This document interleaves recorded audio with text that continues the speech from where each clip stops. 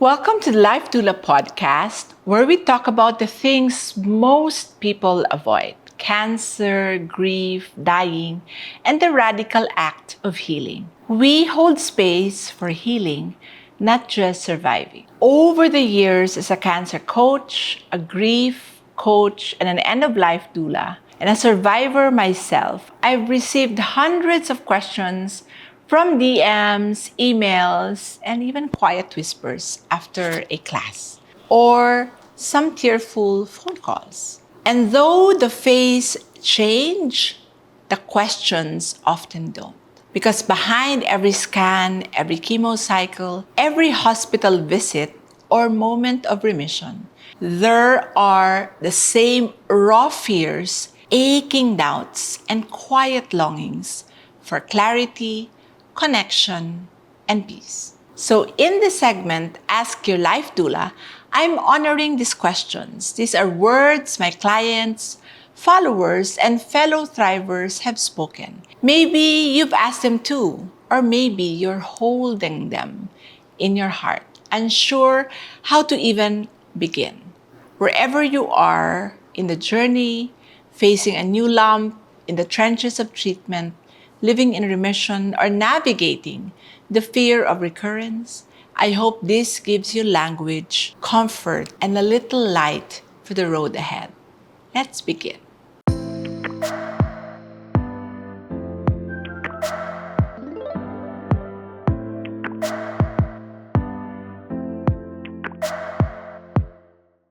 So, statement one, I found a lump. Should I panic? First, I want to say no, don't panic. But don't ignore it either. These things, they deserve attention. So be proactive. Get it checked by a specialist. Usually, if it's the lump is in the breast, go see a breast surgeon, or you can even begin with your OB-GYN. Remember, early detection saves lives and it gives you options. And I just want to say, anxiety is normal. You are not weak for being scared. You're strong for acting on it and getting checked. Question number two, what do I say to my family when I don't even know what's going on yet? This is a very common question. You're allowed to say, I don't know yet, because that's the truth. You don't know everything that you have. Normalize not having the answers, especially in the early days. You can invite support without over-explaining. Example, you can say, I need you near, but I don't need advice just yet. Hold boundaries with love. Question number three, should I tell my boss or keep it private? It's a personal decision. But if treatment will affect your work, transparency, quote unquote, with limits, can really build support. So I would suggest you practice what you will say. Something to the tune of, I'm going through a medical concern and may need time to do all the tests.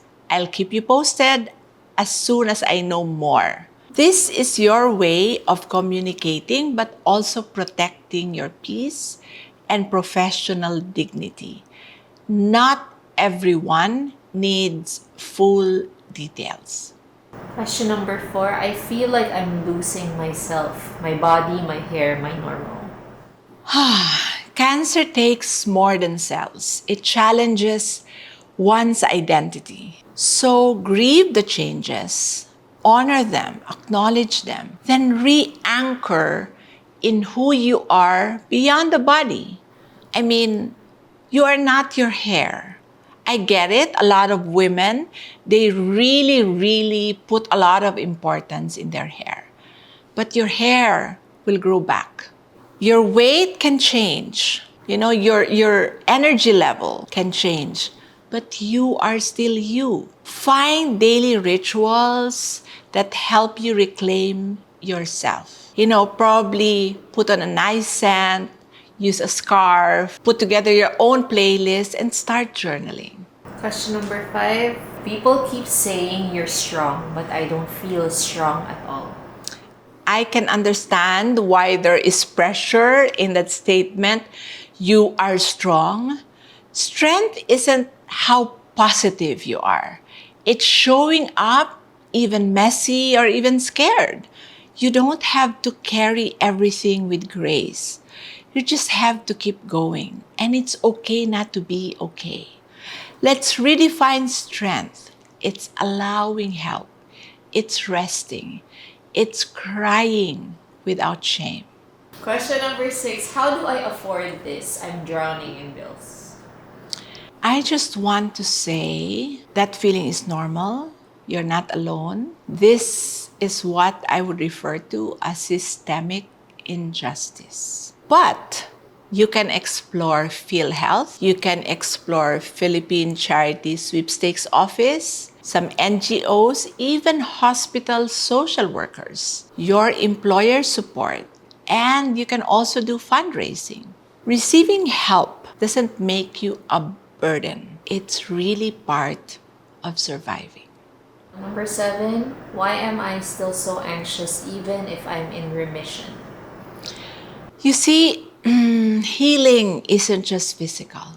It's emotional, it's psychological, it's spiritual. And even if you are done with treatment, even if you have been cleared, remission doesn't erase trauma. Anxiety is real. You're not broken. You're still processing a life-altering event. So you deserve some post-treatment healing support. Number 8. I feel guilty that I don't enjoy sex anymore after treatment. You know, this is very common. Sex in cancer and even sex in survivorship is a topic people hardly talk about. So first, I would say, release the guilt. Cancer, you didn't choose. And even the treatment can drastically change how your body feels, how your body responds, and even alter your desires. Again, you're not broken. You are not failing. Your relationship with intimacy is allowed to change. And it doesn't make you less lovable, desirable, or whole. Now, let's be honest. Sex after cancer, as I said, isn't really talked about. It's not just about physical readiness.